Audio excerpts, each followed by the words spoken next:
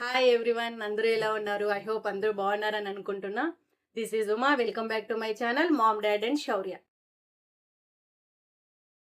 So నా PCOD జర్నీలో ఇది థర్డ్ వీడియో.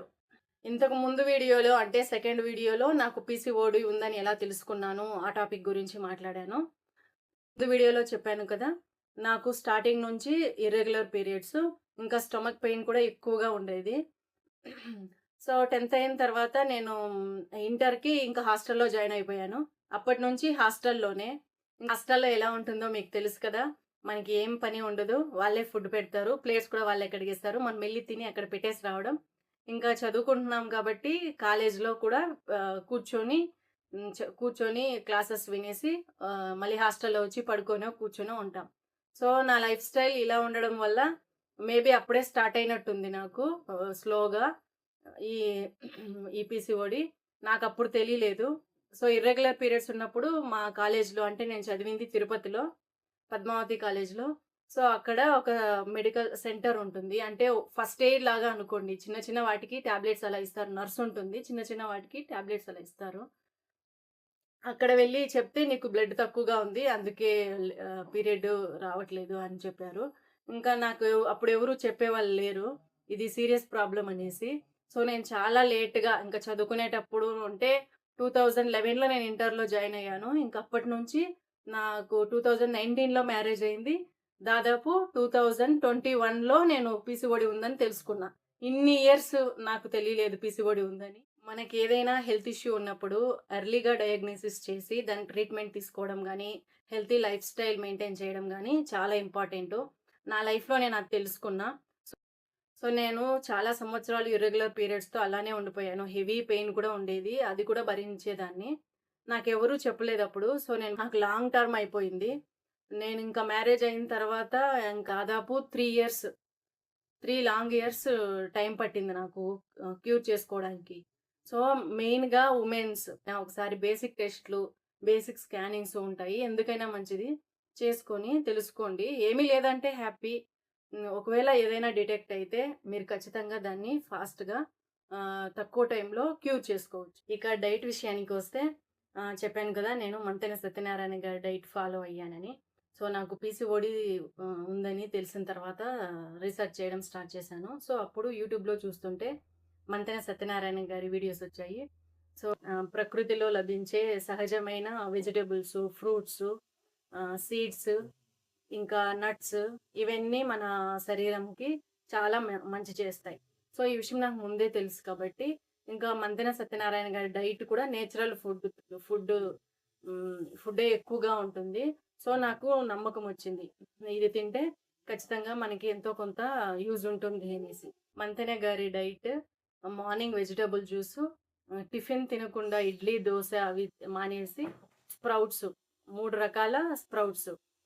నేనైతే పెసళ్ళు, మేము అలసందర్లంటాము. కానీ హైదరాబాద్ సైడు బొబ్బర్లంటాం.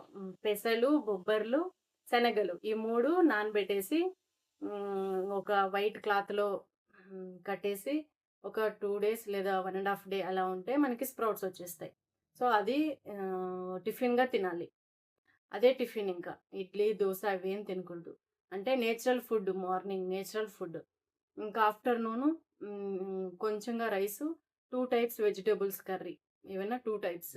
ఆకుకూర గానీ, ఇంకొకటి ఏదైనా బీరకాయ, చిక్కుడు, సో, అలాంటివి ఏదైనా ఒక 2 టైప్స్ కర్రీస్ ఎక్కువగా ఉండాలి. అన్నం తక్కువగా ఉండాలి. అలా తినాలి. ఇంకా ఈవినింగ్ అయితే ఫ్రూట్స్ గానీ, ఎక్కువగా ఫ్రూట్సు, నట్స్, సీడ్స్. సో, ఇలా మంతెన సత్యనారాయణ గారి డైట్ ఇది. ఇంకా మేము ఎలా ఫాలో అయ్యామంటే మార్నింగు వెజిటబుల్ జ్యూస్ తాగేసి, ఇంకా స్ప్రౌట్స్, 3 టైప్స్ స్ప్రౌట్స్ చేసుకొని, అదే టిఫిన్‌గా నేను, మా హస్బెండ్ ఇద్దరు అదే తినేవాళ్ళం. మా హస్బెండ్ కూడా నాకు సపోర్ట్ చేశారు. తనకు టిఫిన్ కావాలని ఏం చెప్పలేదు. మేమిద్దరూ అదే తినేవాళ్ళం. లేదంటే మేమిద్దరూ జాబ్ చేస్తాం కాబట్టి తనకు టిఫిన్ చేసి, మళ్ళీ మాకు లంచ్ చేసుకొని, మళ్ళీ స్ప్రౌట్స్ అంటే కష్టమయ్యేది. సో, ఇద్దరూ స్ప్రౌట్సే తినేవాళ్ళం. సో, ఇలా మార్నింగ్ వెజిటబుల్ జ్యూసు, స్ప్రౌట్సు, ఇంకా ఆఫ్టర్‌నూన్ ఏదైనా మేము ఒక కర్రీ చేసుకునేవాళ్ళం. కొంచెంగా రైస్ తినేసి, ఎక్కువగా కర్రీ తినేసేవాళ్ళం. ఈవినింగు మనకు ఫ్రూట్సే, సీడ్సే అంటే మనకు సరిపోదు కదా! ఆకలేస్తుంది.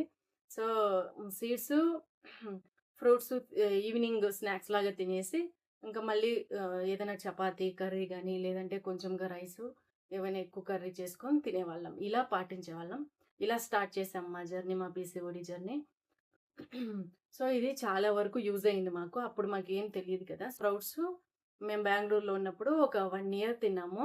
మాకు ఎలా అనిపిచ్చేదంటే శరీరం తేలిగ్గా ఉన్నట్టు, వెయిట్ తగ్గాము. పొట్ట అదంతా తగ్గింది. ఎందుకంటే మార్నింగు, ఈవినింగు దాదాపు ఉడికిన భోజనం కాకుండా నేచురల్ ఫుడ్డే తినేవాళ్ళం కాబట్టి డిఫరెన్స్ మాకు తెలిసింది. కాకపోతే నాది కొంచెం క్రిటికల్ స్టేజ్ కాబట్టి పీసీఓడీ చాలా టైం పట్టింది క్యూర్ అవ్వడానికి. ఇంకా మనము డైట్ ఒక్కటే కాదు. వ్యాయామం చేయాలి. ఎక్సర్సైజ్ చేయాలి. తగిన నిద్ర, తగిన నిద్ర చాలా ఇంపార్టెంట్. ఇప్పుడు మొబైల్స్ వచ్చేసిన తర్వాత ఈ టీవీ ఇవి వచ్చిన తర్వాత మనం నిద్రపోయేది లేట్ అవుతుంది. కొంతమందైతే 12, 1 ఆ టైంకి కూడా నిద్రపోతున్నారు. అది కరెక్ట్ కాదు. మెయిన్‌గా లేడీస్‌కి. ఫాస్ట్‌గా పడుకునేయాలి. 9-10 లోపు పడుకునేయాలి. మార్నింగ్ ఫాస్ట్‌గా లేవాలి. ఒక 6కి అలా లేచేయాలి. సో, ఇలా మంచిగా నిద్రపోవాలి. ఇలా పాటిస్తే మనకేదైనా హెల్త్ ఇష్యూస్ ఉన్నా తగ్గే అవకాశం ఉంది. ఎక్సర్సైజ్ విషయానికొస్తే మాకు అక్కడ బెంగుళూరులో జీకేవీకే అని అగ్రికల్చర్ కాలేజ్ ఉంటుంది. కొన్ని వేల ఎకరాలుంటాయి. ఎన్ని ఎకరాలో నాకు కరెక్ట్‌గా తెలీదు. సో, అక్కడ వాకింగ్ చేయడానికి చాలా బావుంటుంది. నేను మా హస్బెండు సండే లేదంటే ఎప్పుడైనా హాలిడే వచ్చినా మార్నింగ్ వెళ్ళిపోయేవాళ్ళం. అక్కడ హ్మ్.